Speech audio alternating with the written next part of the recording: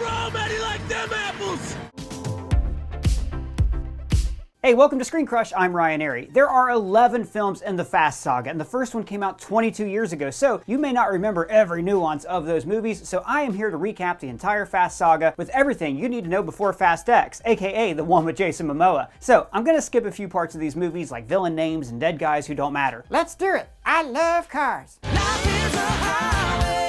Awesome, so let's get started. It's 1989, and we see Jack Toretto working a pit crew with his brother Jakob for their racer father, Jack. Now during the race, Jack Toretto is killed when another racer named Kenny Linder uses a dirty racing trick and hits Jack's bumper, causing his car to flip. The car blows up, kills Jack. We then see Dom get sent to prison for nearly beating Kenny Linder to death for killing his father. Years later, when Dom gets out of prison, he confronts his brother and blames him for messing with their father's car and causing it to explode when it flips. So now let's go to 2001, when Dom is leading a gang of road agents using grappling hooks to steal VCRs and DVD players from moving trucks. A key member of his crew is his girlfriend Letty, who used to pilot helicopters in space. You should see your faces. She is also a badass racer.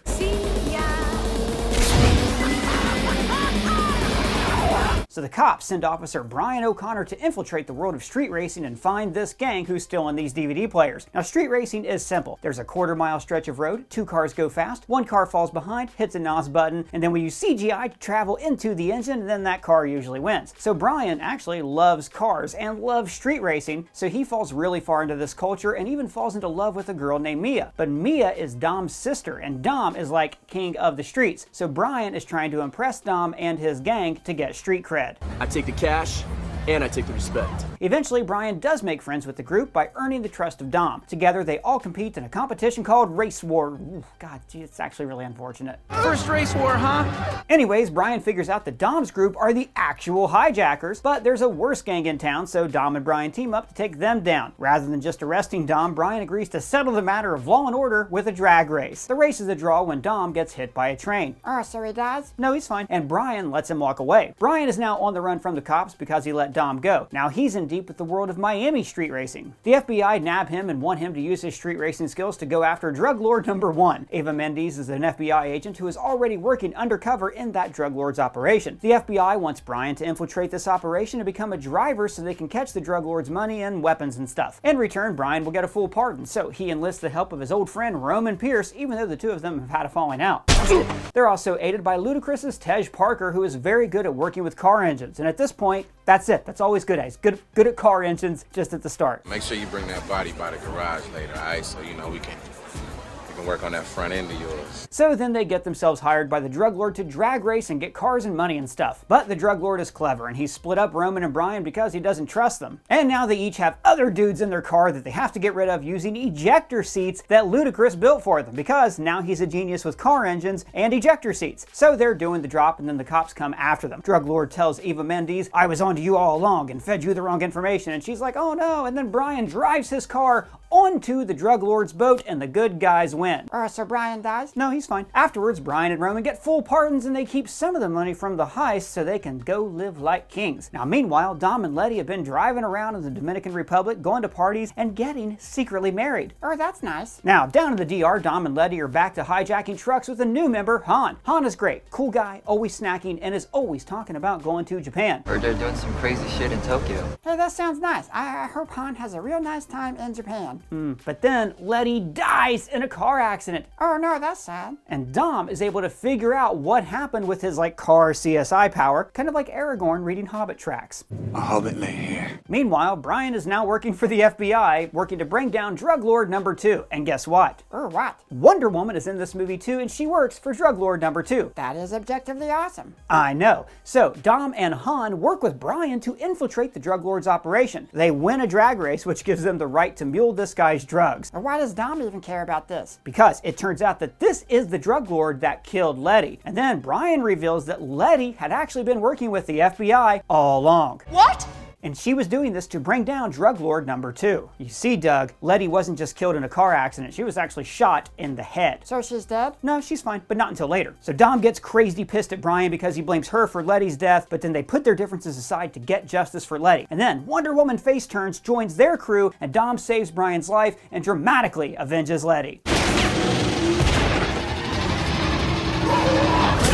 So Dom gets away and everything is fine, right? Wrong. Dom crashes his car and lets himself get arrested and then gets 25 years in jail. What a sad ending to the franchise. Well, that's not the ending because this franchise is just beginning. Now let's talk about Fast 5. I want the cars to drive fast and then some of them explode. This is the movie where the franchise really hits its stride. It's the film where The Rock proves that he is franchise Viagra.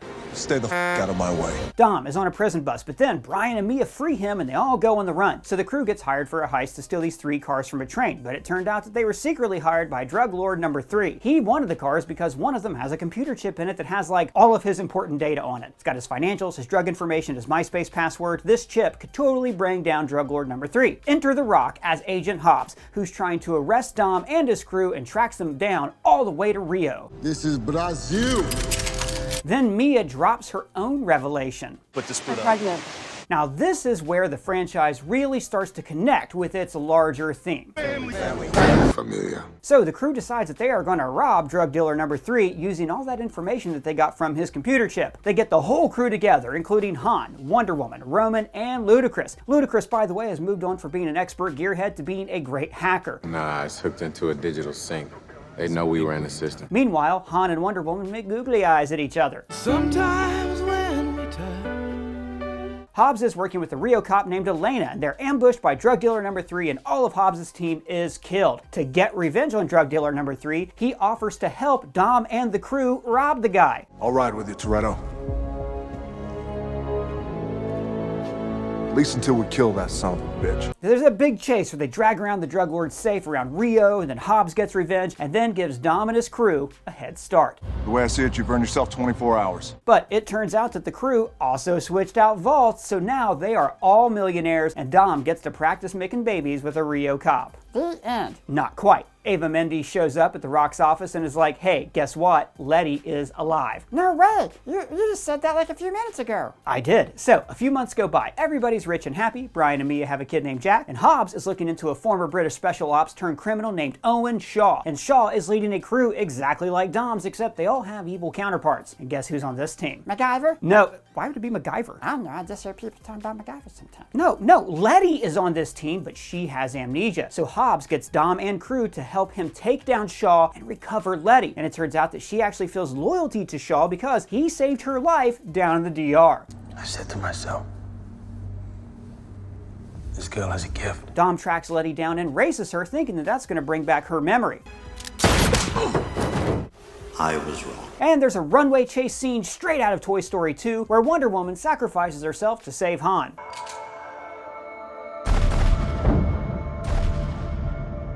Afterwards, Letty realizes that she has feelings for Dom, so she betrays Shaw and they escape. Afterwards, Owen Shaw is in a coma, so Dom breaks up with Elena so he can try to jog Letty's memory instead. So Wonder Woman dies? I'm afraid so, buddy. Well, at least Han will live a long life to honor her memory. Well, funny you should mention that because now we shift gears to meet Sean Boswell, a troubled teen. But he's not really a teen, it's more like he's in his 30s, kind of like a teen that you see in a porno movie. Hello, meine dispatcher says there's something wrong with deine Kabel. Now, Sean loves to drag race, but he gets in trouble back in the States, so he has to go live with his military dad in Tokyo. Sean gets into street racing in Tokyo, where the drivers practice the ancient art of Tokyo drifting, which means that the cars can turn and glide in a special way. This is a big advancement for the series because instead of drag racing on a straight strip, the cars actually turn. Sean faces off against a guy named Takashi, and guess who loans him this car? MacGyver? Not MacGyver, Han. Whoa, Han, he's in the other movies. Yes, he is. So Sean starts to work for Han, and it turns out that the rival street racer's uncle is in the Yakuza, that's the Japanese mafia, and these are the guys who make crime in Japan. So during a car chase, Han's car is T-boned and it explodes. Oh no. Yes, and then Jason Statham gets out of the car and shoots him. So Han's dead? No, he's fine, but not until later. Jason Statham is Deckard Shaw, brother of Owen Shaw, and he has sworn revenge on Dom and his entire crew. But he somehow did not kill Han, and we'll talk about that later on. So Sean is all sad that Han is dead, and he settles things with Takashi by racing him down a mountain. Sean actually wins, he is the Drift King, and then Dom shows up to say, hey, Han was family to me, you want to race?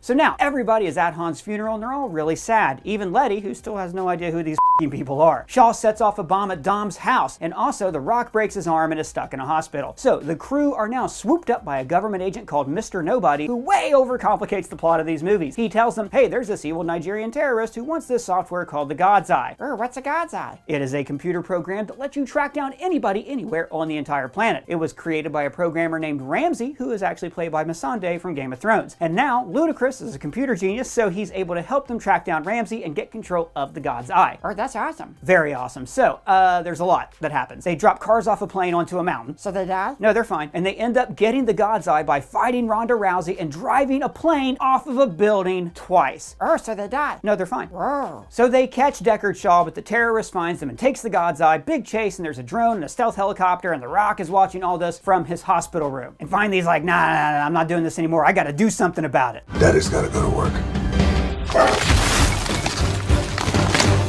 Dom beats Deckard in hand-to-hand combat. The terrorist dies, and Letty regains all of her memories. Alright, so Dom is on his honeymoon, but then he runs into Charlize Theron, and she has dreadlocks. Oh, no. Yeah, I know, it's not aged well. So she says, my name's Cipher. I'm a global hacker terrorist, and you work for me now. And then she shows him this photo. Now later, Hobbs recruits Dom and his team to go on a mission, but Dom turns heel and betrays his friends. Betrays Letty, betrays everybody he loves. Hobbs then gets arrested, and he is in jail with Shaw. And remember, they hate each other, but they work together to escape. So now, Shaw's on the team. But he killed Han. I know, but it's fine. So Mr. Nobody and his sidekick, Little Nobody, recruit Hobbs and Dom's team to stop Cipher. And Cipher has made Dom steal a nuclear football because she wants to start World War III because reasons. So Dom goes along with this, but he stops Tormund Giantsbane from killing Letty, and Cipher's like, you disobeyed me, now you pay the price. And then she kills Elena, who she was holding hostage. But get this, she's also holding Elena's son, who has actually been Dom's son that he didn't know about all along. Leia clip what? So Cipher and her team go to a secret Russian base where they can hijack nuclear subs and start World War III. So Hobbs, Shaw, Dom's crew, and Little Nobody have to chase them on this glacier to prevent a nuclear apocalypse. Wow, they've come a long way since stealing DVD players. I know, right? So Shaw saves Dom's son, and then he's able to turn on Cipher. Then at the end, a missile is locked in on Dom, so he drives a 68 Dodge Challenger, ramps over a nuclear submarine, and blows it up. So he dies? No, he's fine. Awesome. I am like Dom. Me familiar. She gets away, but the family is reunited. Hobbs is pardoned, but steps away from law enforcement to raise his daughter. Meanwhile, a British secret agent injects herself with a techno-virus called Snowflake to keep it out of the hands of this terrorist named Brixton Shaw. He's got cybernetic implants that make him Black Superman. So it turns out that the agent, Hattie Shaw, is the sister of Deckard Shaw. He and Hobbs reluctantly agree to work together to find the virus and stop Brixton's evil plan. And by the way, Shaw's mom is Helen Mirren. She's also in this, and so is Ryan Reynolds. He's a CIA guy that Hobbs knows, and they give Hobbs and Shaw information. There's also this mysterious overboss who Brixton works for, and we only ever see him or her on a computer screen, and he knows Hobbs and Shaw from some other time before. Remember me, do you, Hobbs? Kevin Hart's also in this movie for a second, and then The Rock later takes Shaw back to his home island of Samoa, where Roman Reigns and a bunch of sweaty dudes make booby traps and dance for the bad guys until Hobbs and Shaw team up to defeat Stringer Bell, and everything is fine. Now let's talk about F9. Now we're in 2019, 2 years later. Dom is retired and trying to have a normal life with his wife and son. And then we get a scene similar to when Cap, Black Widow, and Ant-Man try to pull Tony Stark out of retirement in Avengers Endgame. The old crew show up to recruit Dom, and he agrees to help because his brother Jakob is involved. Now, this film's MacGuffin is a device called Project Arey. It can be used to control all the world's computers. Jakob ambushes Dom and the crew and steals part of this device. And for some reason, all these years later, Jakob is now invisible. You can't see me, my time is now. We then learn that Han Lu is somehow tied to this Project Arey and that he has been alive. Turns out that he was secretly working for Mr. Nobody all along, and he survived the events of Tokyo Drift. Speaking of Tokyo Drift, we see the return of Sean Boswell, who's been working on a rocket car. Rocket car? Yep, rocket car. Later we meet Shaw's mother, Queenie, played by Dame Helen Mirren. My thieving days are over. Come on, Nate.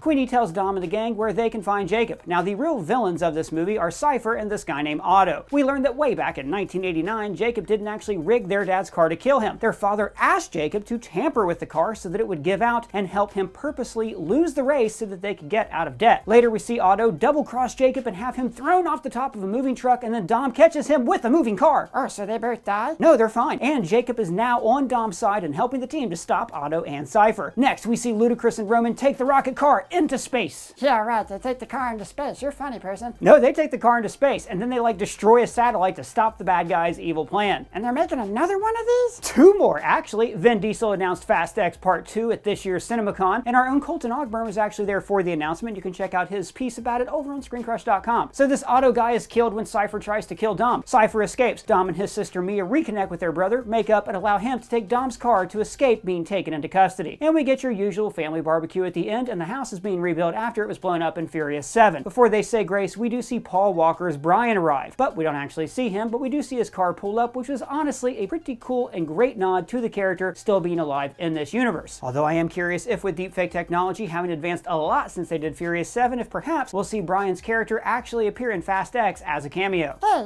what happened to Brian? You actually stopped talking about him. Oh, he decided to retire and raise his son. So he lives? In the movie, yeah, but in real life, the actor who plays him, Paul Walker, died. It's super sad. It's actually, they give a really touching tribute to him in the movie. Gets me every time. Wait, are you serious? Brian dies? Oh man, that's dumb. Real life is dumb. Yes, it is dumb, but that's why we love Fast and Furious, because this is as far from real life as you can possibly get. Well, that's everything you need to know before watching Fast X. Is there something we left out? Let me know in the comments below or at me on Twitter. And if it's your first time here, please subscribe, smash that bell for alerts. For ScreenCrush, I'm Ryan Arey.